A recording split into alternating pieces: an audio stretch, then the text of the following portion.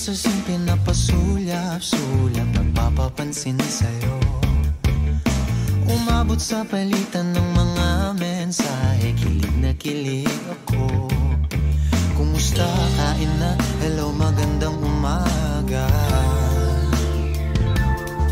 Ingat ka, pahinga, huwag kang masyadong magpupuyat pa.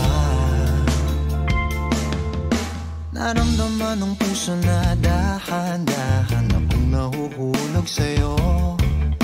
Sa kada araw natin na pag-uusap, meron nang namumuo. Ngunit di ko na alam kung anong patutunguhan.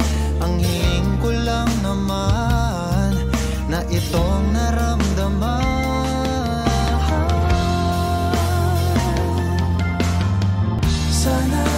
Sana naman ay mapagbigyan na at nang mapakinggan ang tibok ng puso ko.